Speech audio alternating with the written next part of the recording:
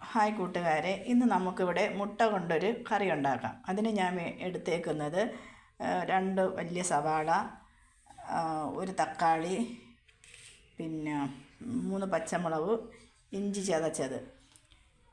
ഇത് ഏത് ചോറിൻ്റെ കൂടെയും ഏത് പലഹാരത്തിൻ്റെ കൂടെയും നമുക്കിത് ഇത് കറി ഉപയോഗിക്കാം.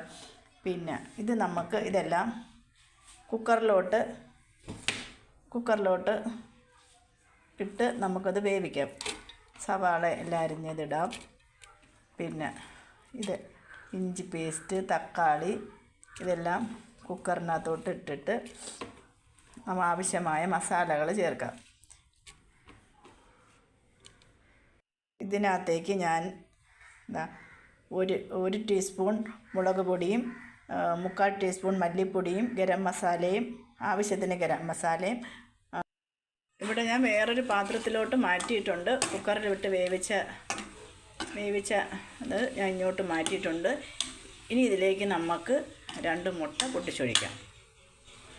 2 മുട്ട പൊട്ടിച്ചൊഴിച്ചിട്ടുണ്ട്. ഇതാ കണ്ട, 2 മുട്ട പൊട്ടിച്ചൊഴിച്ചിട്ടുണ്ട്. ഞാൻ ഒരു കൈ കൊണ്ട് വീഡിയോയും എടുത്ത് എന്നതുകൊണ്ടാണ് പൊട്ടിച്ചൊഴിക്കുന്നത് കാണാൻ പറ്റുന്നത്. 2 മുട്ട പൊട്ടിച്ചൊഴിച്ചിട്ടുണ്ട്. ഇത് നമുക്ക് നല്ലോണം ഇളക്കി വേവിച്ചെടുക്കാം.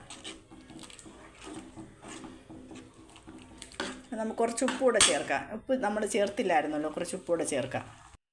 ഉപ്പൊക്കെ ഞാൻ പാകത്തിന് ഇട്ടിട്ടുണ്ട്.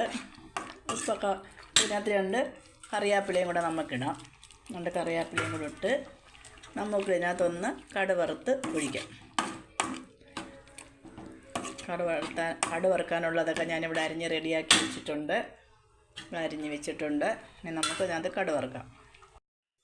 കടുക് വറുക്കാൻ പാത്രം ഇവിടെ വെച്ചിട്ടുണ്ട്. ഇതിനകത്ത് എണ്ണ ഒഴിച്ച് ആവശ്യത്തിന് എണ്ണ ഒഴിച്ച് ചൂടാവട്ടെ. 2 കടുകും ഉലുവയൊക്കെ ഞാൻ അതിനകത്തിട്ടിട്ടുണ്ട്. ഇനി നമുക്ക് അതിനകത്തേക്ക് ഉള്ളി ഇട്ട് കൊടുക്കാം. ഉള്ളി ഇട്ട് കൊടുത്ത് മുളക് കൂടെ അതിനകത്തിടാം. മൂക്കട്ടെ.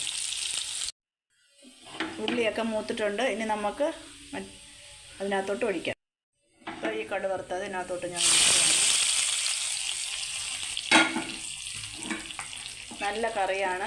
നിങ്ങളിത് ഉണ്ടാക്കി നോക്കണം. ചപ്പാത്തിയുടെ കൂടെയും അപ്പത്തിൻ്റെ കൂടെയും ദോശയുടെ കൂടെയൊക്കെ ഇത് ഉപയോഗിക്കാം. ചോറിൻ്റെ കൂടെ ഉപയോഗിക്കാം. അതിപ്പോൾ നല്ല കറിയാണ്. നിങ്ങളെല്ലാവരും വെച്ച് നോക്കൂ. അങ്ങനെ നമ്മുടെ മുട്ടക്കറി ഇവിടെ റെഡി ആയിട്ടുണ്ട്.